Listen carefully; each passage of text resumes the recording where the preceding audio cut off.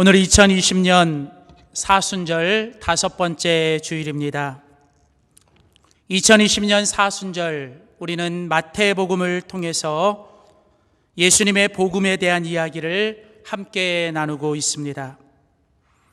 마태복음은 우리에게 하나님의 나라와 예수님의 복음의 중요한 5가지 주제를 우리에게 말씀하고 있습니다.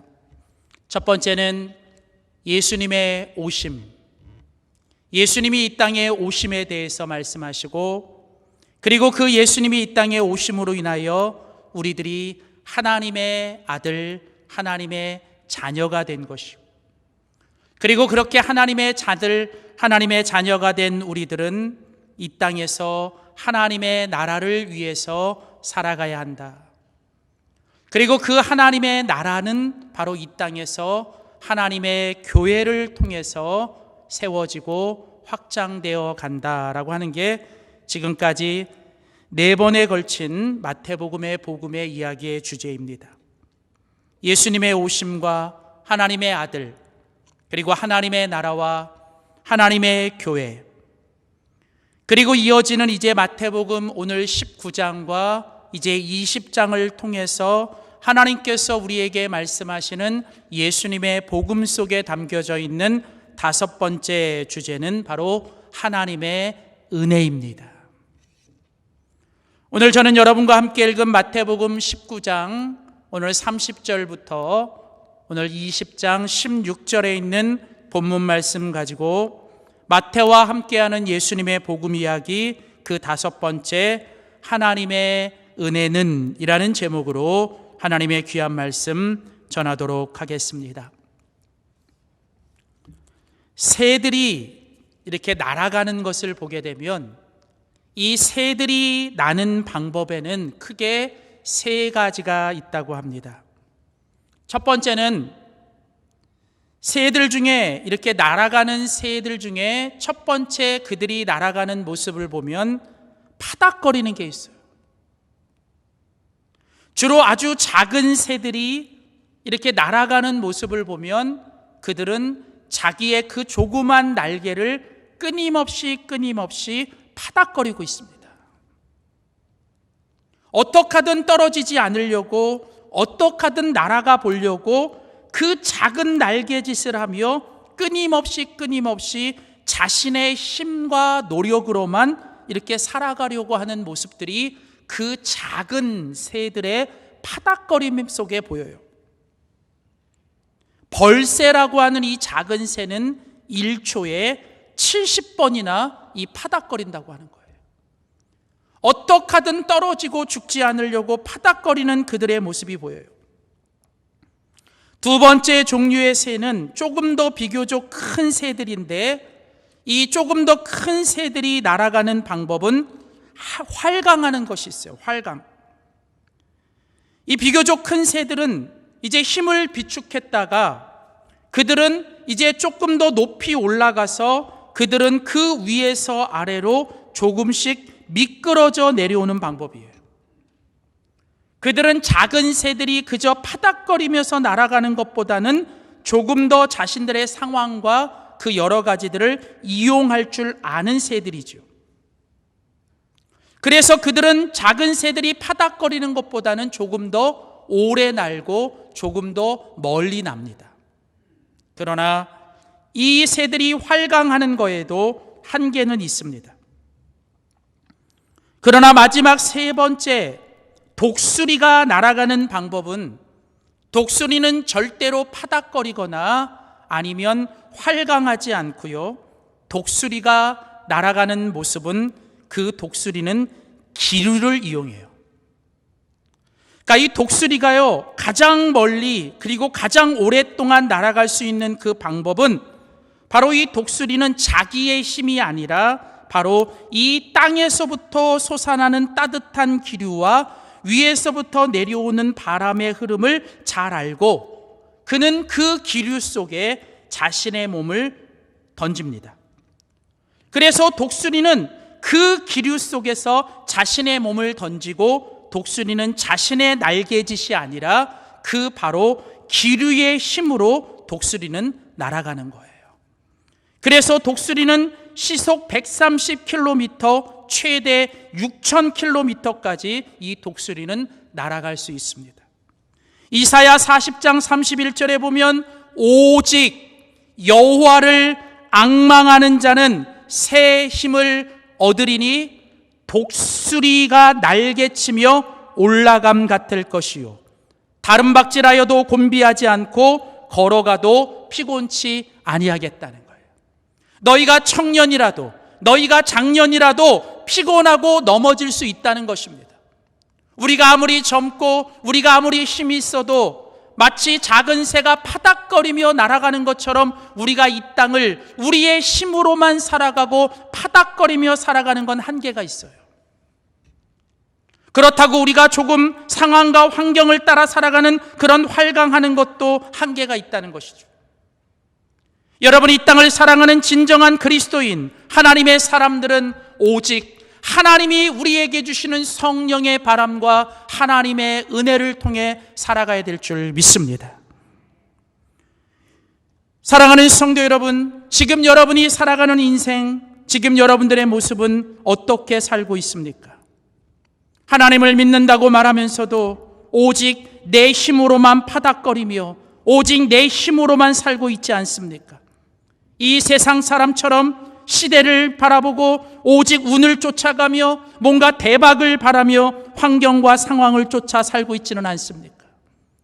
사랑하는 성도 여러분, 오늘 하나님은 오직 하나님의 사람들을 향하여 우리가 이 땅을 살아가고 승리할 수 있는 비결은 오직 하나님의 은혜로만 살아가야 한다는 것입니다.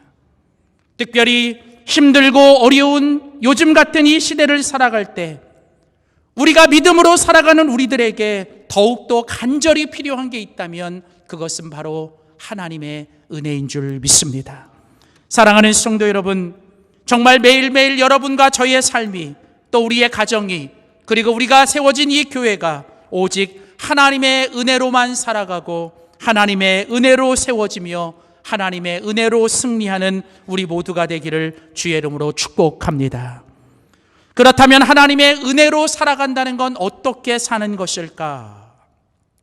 오늘 우리가 함께 읽은 이 마태복음 19장과 20장, 오늘 이 본문 속에서 오늘 예수님은 은혜로 살아가는 것이 무엇인지를 오늘 우리들에게 말씀하고 있습니다.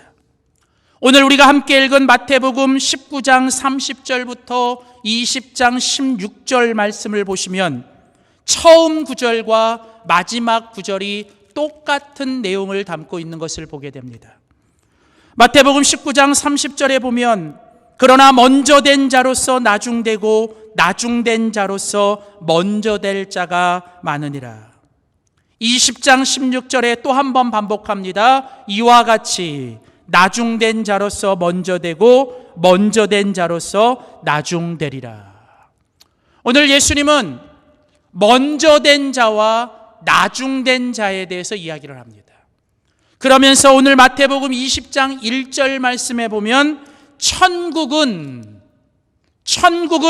마치 이와 같다라고 얘기를 해요. 그러니까 여러분, 오늘 지금 예수님께서 먼저 된 자와 나중된 자라고 하는 이 똑같은 구절을 처음과 마지막에 배치시켜 놓고 예수님께서 그 가운데 오늘 이 비유의 말씀을 통해서 예수님이 말씀하고 싶은 내용은 뭐냐면 바로 천국에 대해서 얘기하는 거예요. 천국을 다른 말로 말하면 뭐예요? 하나님의 은혜입니다. 하나님의 나라입니다. 하나님의 나라 천국은 어떤 곳입니까? 하나님의 나라 천국은 먼저 된 자가 나중되어야 되고 나중된 자가 먼저 되어야 된다는 거예요. 그런데 그렇게 될 수 있는 그 비결은 뭐 때문이냐? 그것은 바로 하나님의 은혜 때문이라는 거예요. 그래서 하나님의 나라 천국은 오직 하나님이 다스리고 하나님이 통치하시는 곳, 그런데 하나님은 무엇을 가지고 하나님의 나라를 다스릴까요? 그것은 바로 하나님의 은혜라는 것입니다. 그러니까 우리가 이 땅에서 어디에 살든 지금 우리들의 상황과 환경이 어떠하든 여러분, 우리들이 하나님의 다스림과 하나님의 은혜 가운데만 있으면 우리는 뭐예요? 하나님의 나라, 하나님의 천국을 살아가는 것입니다. 그래서 오늘 우리가 같이 읽은 마태복음 19장 30절부터 오늘 20장 16절 말씀에 오늘 예수님은 직접 하나님의 나라와 하나님의 나라의 원리인 바로 이 하나님의 은혜에 대해서 오늘 우리에게 말씀하고 있습니다. 오늘 저는 여러분과 함께 오늘 함께 읽은 이 본문의 말씀을 통해서 오늘 이 시대를 살고 있는 우리 그리스도인들과 하나님의 백성들, 그리고 그 하나님의 백성들이 모인 하나님의 교회의 가장 중요한 원리인 하나님의 은혜의 원리를 우리가 함께 오늘 이 말씀을 통해 배워보기를 원합니다. 첫 번째입니다. 오늘 하나님께서 예수 그리스도를 통해 오늘 이 말씀을 통해 우리에게 주시는 하나님의 은혜의 첫 번째 교훈은 무엇일까? 그것은 바로 우리 모두는 하나님의 은혜가 필요하고 우리 모두는 하나님의 은혜를 받아야만 한다는 것입니다. 우리 한번 믿음으로 선포합시다. 하나님의 은혜를 받아야만 합니다.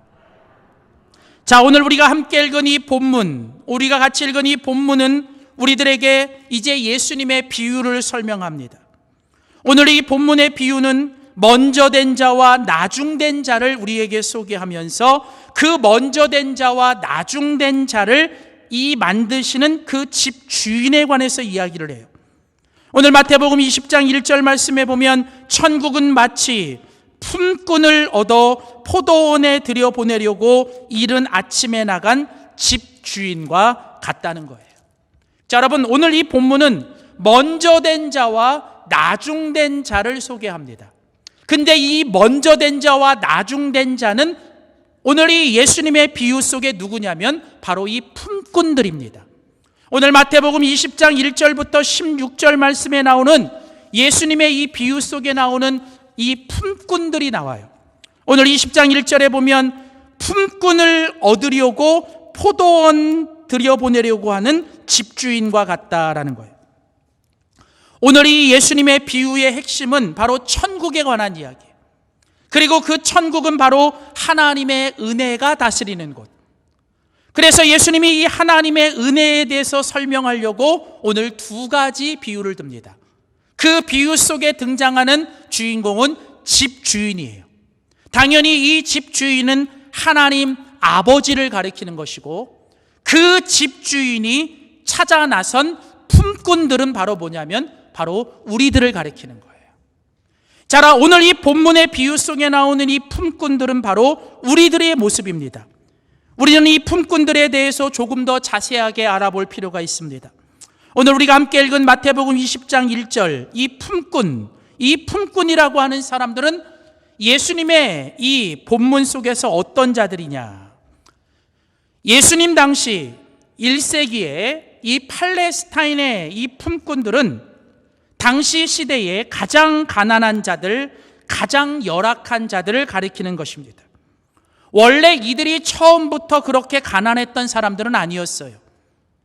원래 이들은 조상 때부터 물려받은 땅을 가지고 넉넉하지는 않지만 그들은 자기 가족들과 함께 먹고 마실 수 있는 그런 땅을 가지고 살았던 사람들입니다.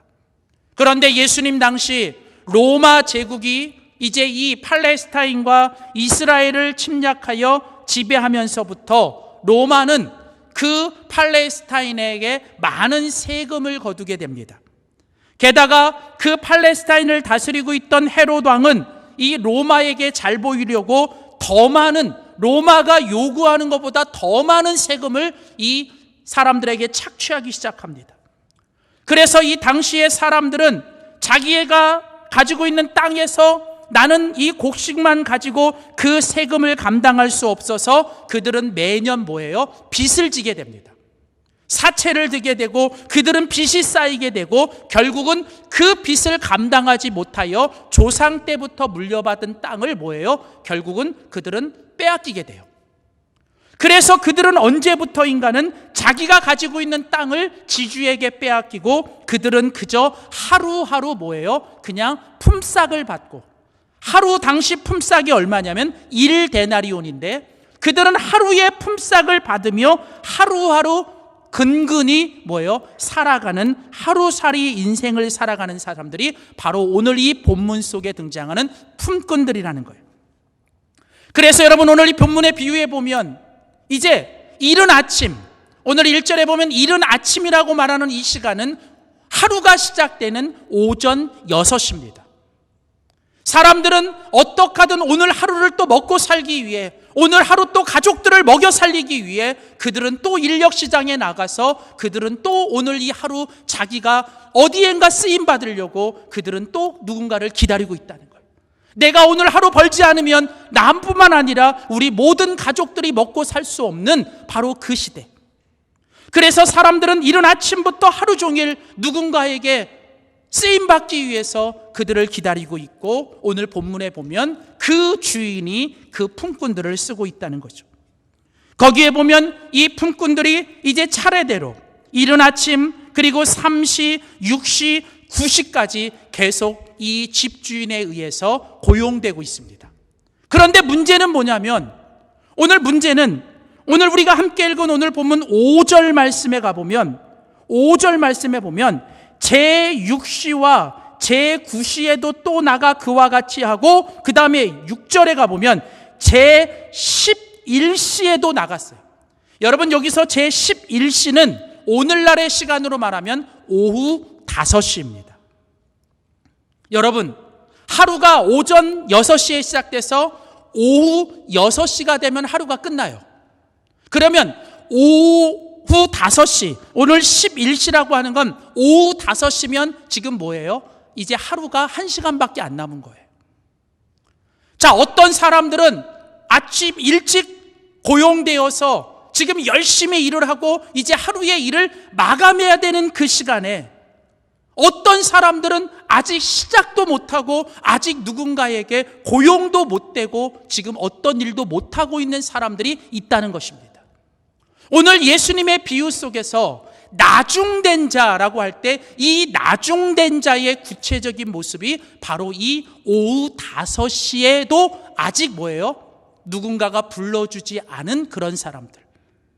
자, 그래서 오늘 보면 6절을 보시면 제11시에도 나가보니 서 있는 사람들이 또 있어요. 이르되 너희는 어찌하여 종일토록 놀고 여기 서 있느냐. 집주인의 눈에서 볼 때에는 게으러 빠져가지고 그냥 놀고 있는 모습처럼 보이지만 사실은 그게 아니라 7절에 가보면 그들이 뭐라고 대답합니까? 이르되 우리를 품꾼으로 쓰는 이가 없습니다. 여러분, 오늘 지금 이 오후 5시에도 아직 누군가에게 고용되지 못한 이 사람들, 남들의 눈에 볼 때에는 게을러 빠져서 놀고 먹고 있는 줄 알지만 사실은 그들의 문제는 뭐예요? 자기들을 품꾼으로 써주는 사람이 없다는 거예요. 왜 그럴까요? 아마도 지금 이 오후 5시까지도 아직도 일을 못하는 이 사람들은 아마도 다른 사람보다 더 뭐예요? 힘이 없는 사람들일 거예요.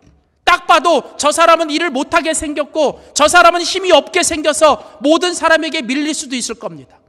어쩌면 다른 사람보다 더 훨씬 뭐예요? 나이가 많은 사람일 수도 있고요. 어쩌면 병이 든 사람도 있을 거고요. 누군가가 뭐예요? 쓰임받지 못하는, 다른 사람들이 가진 힘도 없고 다른 사람들이 가진 배움도 없고 다른 사람들이 가진 뭔가 가진 것도 없는 그런 사람들, 철저하게 뭐예요? 가장 연약하고 가장 불쌍한 사람들.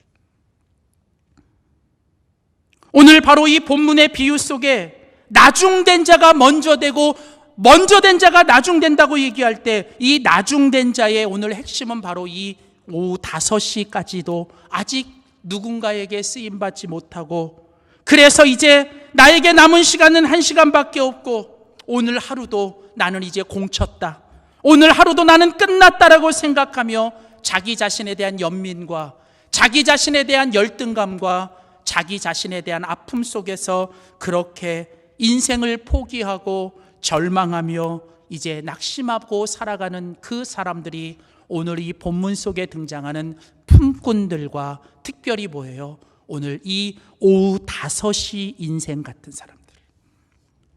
그런데 오늘 우리는 이 예수님의 비유 속에서 오늘 등장하는 이 품꾼들, 그 당시에 가장 가난하고 연약한 자들, 그리고 특별히 오후 5시와 같은 이런 인생들을 보면서 우리는 그들의 모습이 단지 누군가 어떤 다른 사람들의 모습만이 아니라 어쩌면 그 정도와 모습은 다르지만 지금 우리들 자신의 모습일 수도 있다라는 거예요. 오늘 이 본문의 비유 속에 나오는 품꾼들이나 오늘 오후 5시까지도 아직 쓰임받지 못하고 있는 그 인생들은 바로 지금 오늘 하나님께서 우리들의 모습으로 비춰주고 있는 우리들의 모습이기도 합니다. 정도는 다르지만 특별히 지금 요즘 같은 이 시대를 살고 있는 우리 역시도 어쩌면 하루하루 현실의 답답함이나 내일에 대한 막막함 속에서 우리 역시도 지금 이 오후 5시와 같은 그런 인생들을 살아가고 있다는 것입니다. 아니, 개인적으로 뿐만 아니라 이 나라적으로, 사회적으로 지금 우리는 오후 5시와 같은 이 시대를 지금 살고 있다는 거예요. 사람들은 누구나 다 지금 낙심하고 있고, 사람들은 누구나 다 지금 두려워하고 있고, 사람들은 지금 다 이 시대를 한탄하며 원망하고 있습니다. 그런데 오늘 이 본문의 비유 속에서 이 오후 5시, 이제 스스로도 나는 오늘 끝났다, 이제 모든 것은 끝났다라고 말하는 그런 사람들에게 오늘 그 집주인, 바로 하나님 아버지께서 그들을 포기하지 않으시고 또 그들을 찾아주시고 오늘 그들을 불러주시는 은혜가 있다는 거예요. 오늘 우리가 함께 읽은 이 본문, 같이 읽은 성경 7절 말씀에 보면 이르되 우리를 품꾼으로 쓰는 이가 없음이니이다. 이르되 집주인이 말합니다. 너희도 포도원에 들어가라 하니라. 사랑하는 성도 여러분, 오늘 이 오후 5시와 같은 인생들, 스스로도 낙심하고 포기하며 이제 모든 것이 끝났다라고 생각하며 절망 속에 살아가는 그들에게도 하나님은, 그들은 포기했지만 오늘 은혜의 하나님은 그들을 포기하지 않으셨습니다. 여러분, 오늘 살아계신 하나님, 은혜의 하나님은 우리 인생이 스스로 절망하고 낙심하는 그 오후 5시와 같은 그 순간에도 하나님은 여전히 그들을 향한 하나님의 은혜를 멈추고 계시지 않는다는 거예요. 오늘 이 본문을 들여다보면 오늘 이 본문 속에서의 주인공은 집주인입니다.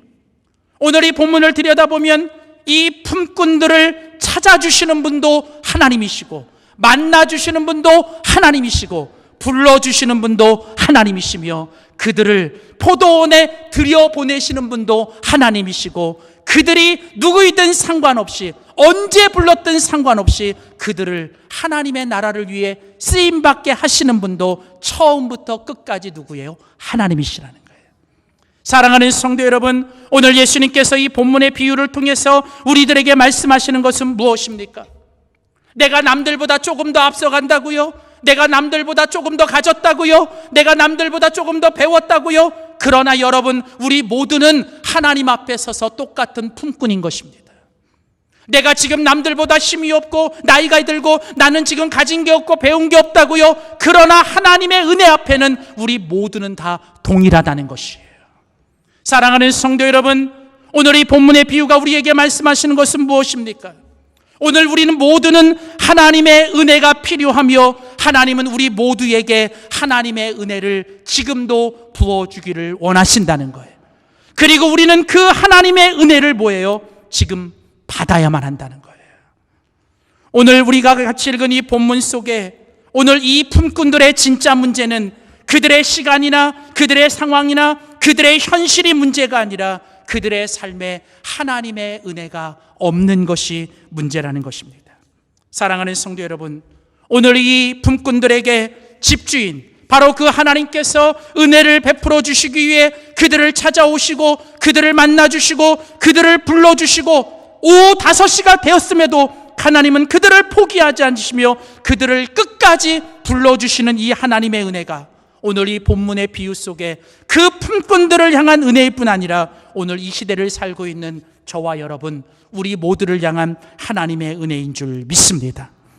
지금 우리가 겪고 있는 이 시대의 답답함, 우리가 겪고 있는 여러분 개인의 여러 가지 문제와 고난 앞에서 때로는 낙심되고 때로는 절망스럽고 나는 힘이 없고 나는 이거를 이겨낼 수 있는 능력이 없다라고 여러분 스스로 여러분의 인생을 포기하지 마십시오.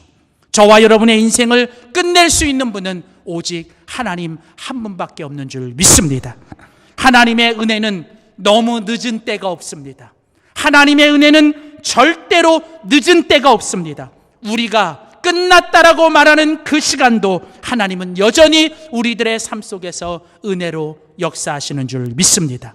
어쩌면 가장 늦었다고 생각할 때, 내가 지금 아무것도 할 수 없다라고 생각하고 이제는 나는 끝났다라고 말하는 그 순간이 바로 하나님의 은혜가 임하며 우리가 하나님의 은혜를 받아야 될 때인 줄 믿습니다.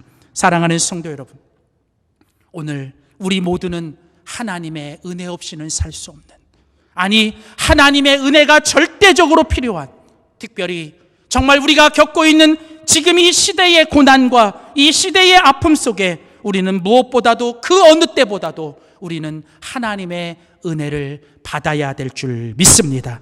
저는 우리 모두가 다시 한번 하나님의 은혜면 충분합니다.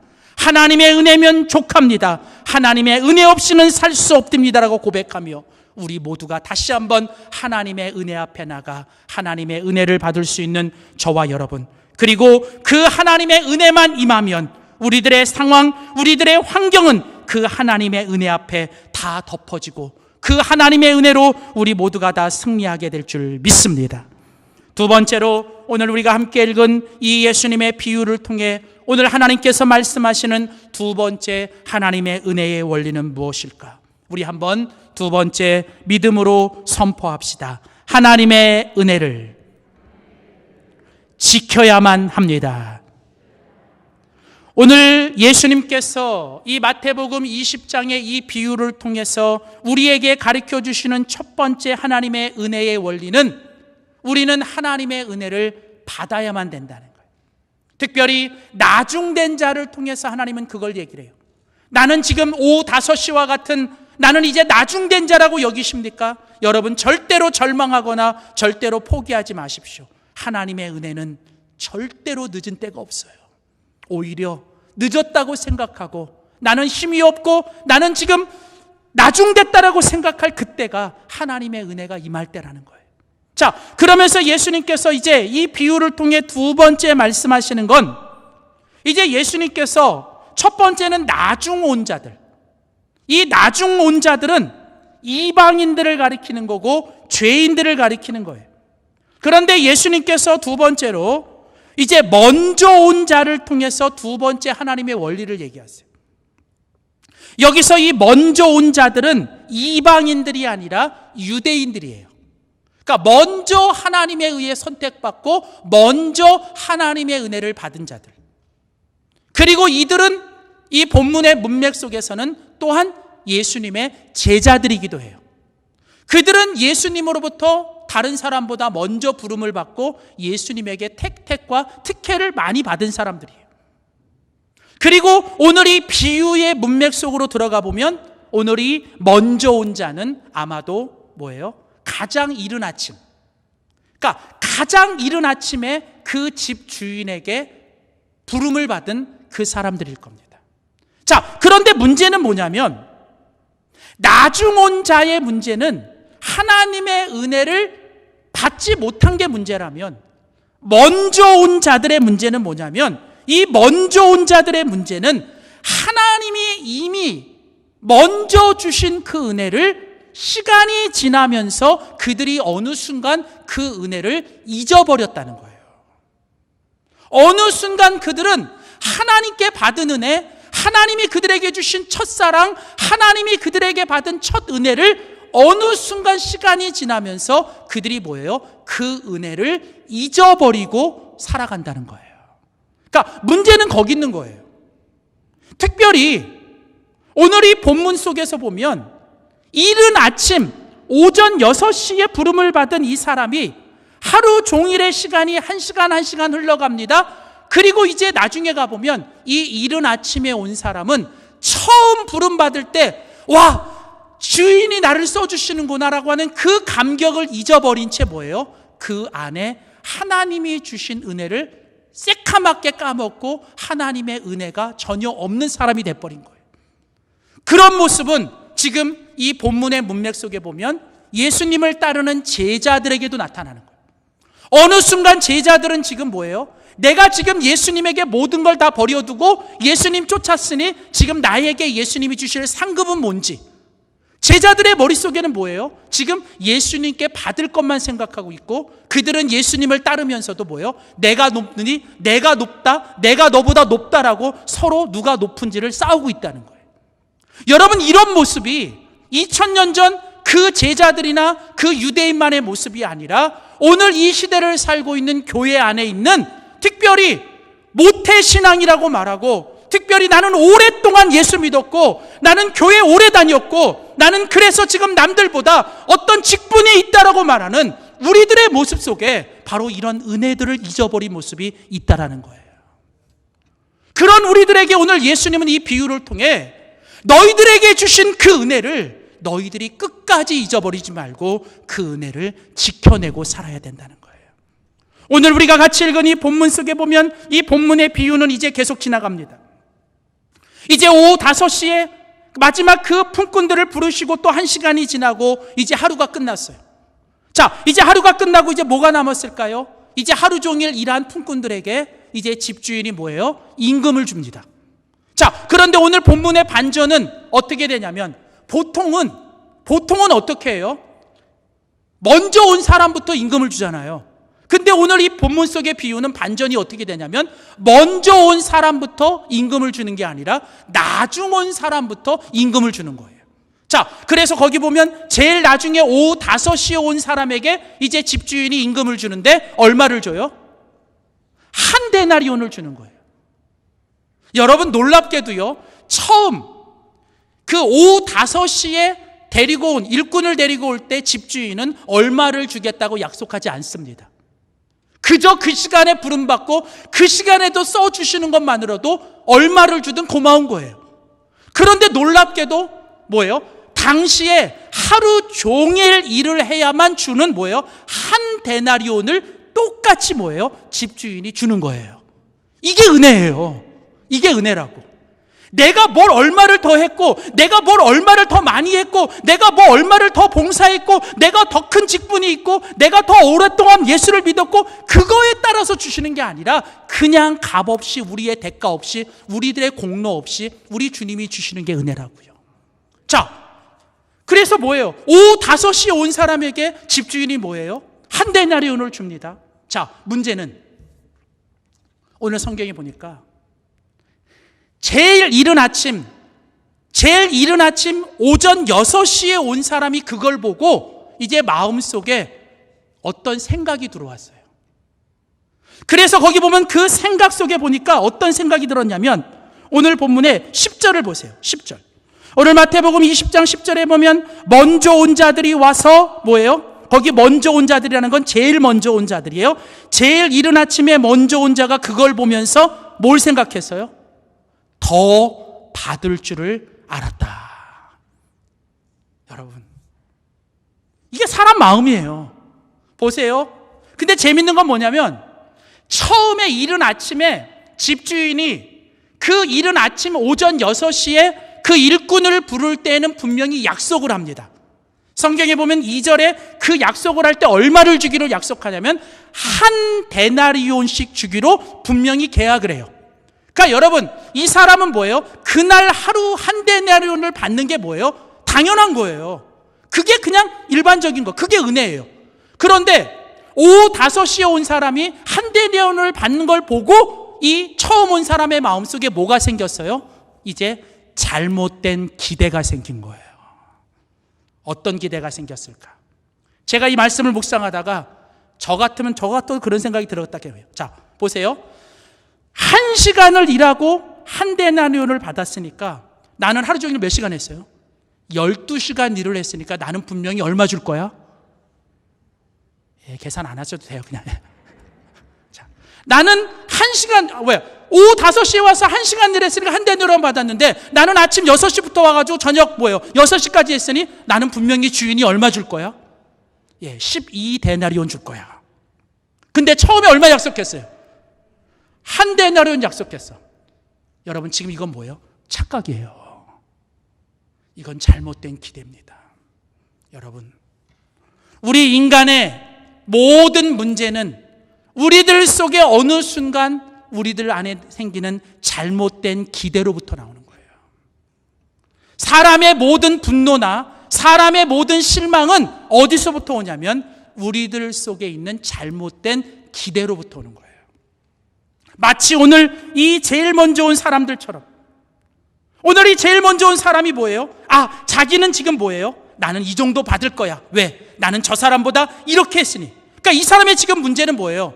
잘못된 기대가 생겼고 그 잘못된 기대는 어디서부터 왔어요? 지금 나중 온 사람과 지금 자기를 뭐해요? 비교하기 시작하는 거예요.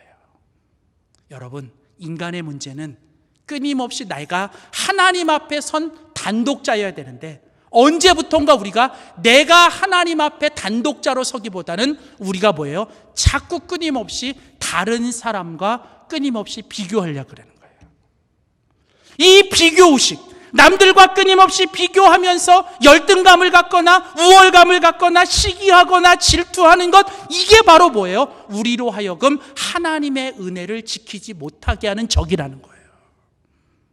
자, 그러면서 이제 어떤 일이 일어나냐면 오늘 같이 읽은 성경 10절에 보면 먼저 온 자들이 와서 더 받을 줄 알았는데 놀라운 건 뭐예요? 그들도 얼마를 받아요? 1데나리온씩 받아요. 그 다음 11절에 보면 어떤 반응이 나옵니까? 받은 후에 집주인을 뭐해요? 원망하는 거예요. 이 사람에게는 더 이상 은혜가 사라진 거예요. 이 사람에게는 더 이상 뭐예요? 은혜가 없어진 거예요. 은혜가 사라지고 은혜를 지키지 못하고 하나님이 주신 은혜를 내가 지켜내지 못하고 은혜가 사라지고 나니까 나타나는 증상이 뭐예요? 우리들 속에 자꾸 욕심이 생기고 우리들 속에 자꾸 잘못된 기대가 생기며 별거 아닌 일에도 뭐예요? 실망하고 별거 아닌 일에도 뭐예요? 다른 사람과 끊임없이 비교하면서 자꾸 집주인을 향하여 하나님을 향하여 뭐예요? 감사보다는 뭐예요? 자꾸 원망하고 불평하는 일들이 생기면서 우리도 모르게 자꾸 뭐예요? 우리들의 믿음과 신앙 속에 섭섭 귀신과 서운함의 귀신들이 자꾸 들어오는 거예요. 그러니까 여러분, 오늘 이 본문의 비유를 통해서 우리는 분명히 알아야 돼요. 하나님이 우리에게 은혜를 주셨는데 은혜를 받는 것보다 더 중요한 건 뭔지 아세요? 내가 받은 은혜를 뭐예요? 지켜내는 거예요. 그래서 그런 말 있잖아요. 정상에 오르는 것보다 정상을 지켜내는 게 더 힘들다고. 우리는 하나님의 은혜를 받는 것도 중요하지만 하나님이 우리에게 이미 주신 은혜를 우리는 정말 주님 앞에 서는 날까지 우리는 끝까지 은혜로 살고 은혜로 지켜내야 될 줄 믿습니다. 이 은혜를 갉아먹는 여러 가지 것이 있는데 오늘 이 본문의 비유를 통해 보면 은혜가 사라지면 나타나는 증상들이 뭐라고요? 자꾸 우리들 안에 욕심이 생기고 잘못된 기대가 생기면서 내 안에 별것도 아닌 일에 섭섭해지고 별것도 아닌 일에 뭐예요? 자꾸 서운함이 생기고 끊임없이 하나님 앞에서 나를 보는 게 아니라 다른 사람들과 비교하면서 자꾸 그 비교의식 속에서 자꾸 내 안에 하나님을 향한 감사는 사라지고 뭐예요? 내 안에 주신 원망과 불평만. 여러분, 따지고 보면 내가 이 땅에 태어난 것도 내가 지금까지 살아온 것도 아니 힘들고 어렵지만 내가 이렇게 두 발 가지고 걸어다니면서 내가 지금 하나님 앞에 서 있는 지금 내가 살아있는 이 한 가지만으로도 우리는 하나님의 은혜 아닙니까? 그런데 어느 순간부터 우리는 이 하나님의 은혜를 은혜로 여기지 않고 우리들 속에서 당연하게 여기며 살아가는 게 너무 많다는 거예요. 사랑하는 성도 여러분, 오늘 여러분의 삶에 당연한 건 하나도 없습니다. 나의 나된 것, 나의 모든 것, 여러분 내가 지금 살아 숨쉬는 것조차 하나도 뭐예요? 하나님의 은혜라는 거예요. 그 첫사랑과 하나님이 나에게 주신 그 은혜의 감격들을 끝까지 잊어버리지 말고 그 은혜를 지켜내는 우리가 되길 소원합니다. 그럼 마지막으로 우리가 이 은혜를 지키는 가장 중요한 방법은 뭘까요? 우리 마지막으로 한번 믿음으로 선포합시다. 하나님의 은혜를 살아내야 합니다. 여러분, 하나님은 우리에게 은혜를 주시고 우리는 그 하나님의 은혜를 받았습니다. 그리고 우리는 내가 받은 그 은혜를 날마다 하나님 앞에 소중히 여기며 그 은혜를 우리는 하나님 앞에 지켜내야 돼요. 그런데 하나님의 은혜를 지켜내는 가장 중요한 방법은 뭐냐? 그것은 바로 하나님이 주신 은혜를 가지고 하루하루 매 순간순간 모든 일을 은혜로 살아내셔야 돼요. 여러분, 그런 말이 있어요. 축구를 할 때 보면 0대 0으로 가다가 이제 한 골을 집어넣어요. 그러면 한 골을 집어넣고 나서요, 그 다음에 그 골을 지키려고 하면 여러분 역전됩니다. 그러니까 내가 한 골을 넣고 그 골을 자꾸 지키려고 수비만 하면 결국은 나중에 공격당해서 지게 돼요. 그래서 그런 말이 있어요. 최선의 수비는 뭐냐면 최고의 공격이에요. 그러니까 최선의 수비는 더 공격하고 더 뭐예요? 전진해야 돼요. 그러니까 여러분, 내가 하나님께서 받은 은혜를 가지고 내가 그 은혜를 지켜내는 건 내가 그냥 그 은혜를 꽉 움켜쥐고 내가 그 은혜를 가만히 가지고만 있으면 안 된다는 거예요. 내가 이제는 그 은혜를 뭐예요? 가지고 살아내셔야 돼요. 그런데 이 은혜를 살아내는 방법은 어떻게 하느냐? 첫 번째는 은혜를 살아내는 방법은요, 뭐예요? 자꾸 내가 받은 은혜를 나를 통해서 그 은혜가 흘러가게 하셔야 돼요. 하나님은 우리에게 은혜를 부어주시고 나는 그 은혜를 받아서 뭐예요? 나를 통해서 그 은혜가 또 다른 사람에게 흘러가게 하셔야 된다는 거예요. 그래서 우리가 어떻게 해야 돼요? 내게 주신 것이 은혜라고 여기면 이제는 그 은혜를 다른 사람에게 또 나눠주고 다른 사람에게 그 은혜를 베푸셔야 됩니다. 놀라운 것은요, 그 은혜는 내가 자꾸 움켜쥐고 내가 그 은혜를 아깝다고 생각하며 그 은혜를 자꾸 움켜쥐면 은혜는 사라져버립니다. 그런데 놀랍게도요, 은혜는 쓰면 쓸수록, 은혜는 베풀면 베풀수록 하나님은 더 은혜를 우리에게 부어주시는 겁니다. 여러분, 그래서요, 자꾸 여러분 누군가에게 베풀고 누군가에게 나누는 것을 아깝게 생각하지 마세요. 아깝게 여기는 건 그건 내 것이라고 생각하는 거예요. 여러분, 내 거 아니에요.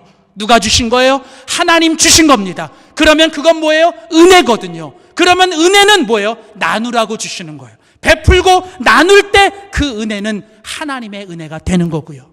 우리가 베풀고 나누면 하나님은 더 큰 것을 우리에게 주시는 줄 믿습니다.